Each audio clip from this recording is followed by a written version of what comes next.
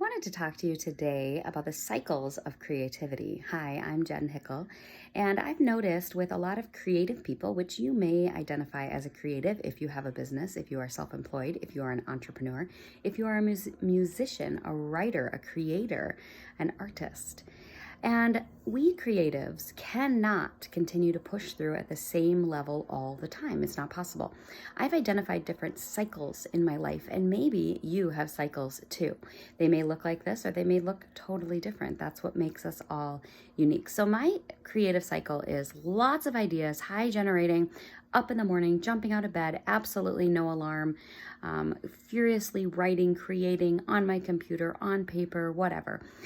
Talking Chris's ear off, telling him all the wonderful things in my brain. I take a shower, I've got 5 more ideas. I run, I implement, and I'm go, go, go, go, go.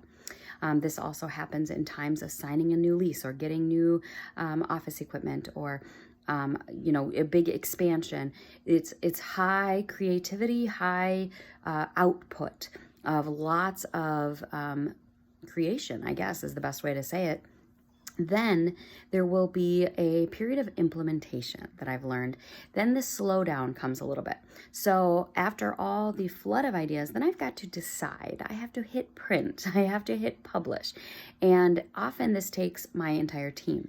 So to send it off, I have to stop the ideas because now we are actually deciding on it. This is one of the hardest phases for creatives. I don't know about you, but sometimes I feel boxed in. Don't make me actually hit print. What if I want to change it? What if I have a different idea tomorrow? And one of the best things that Chris has done for me is tricked me. So he will say, Jen, don't worry, we're just making a couple copies and we can always change it later.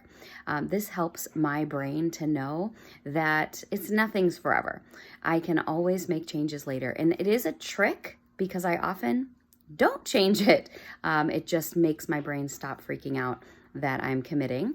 And then once it's published, I'm like, it's beautiful, it's wonderful. So this is print materials or, a website I love because you can always change it. But if you're working with a designer or creating a PDF of something, or even in your physical space, if you own a building, deciding on those chairs or making the final decision on that desk or paint colors.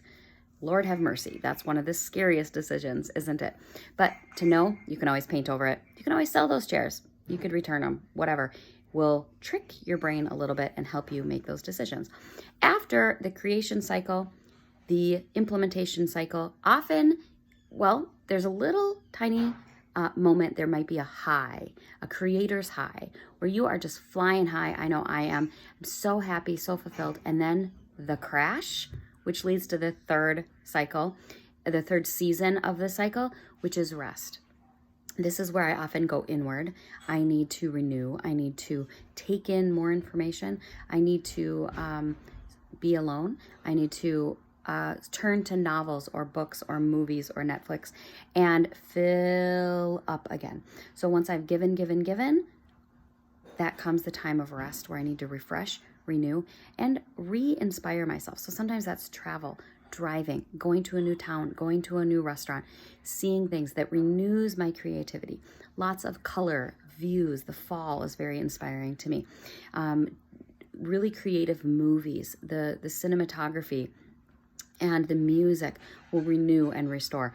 Do not try to create or push through when you actually are in a state of needing renewal.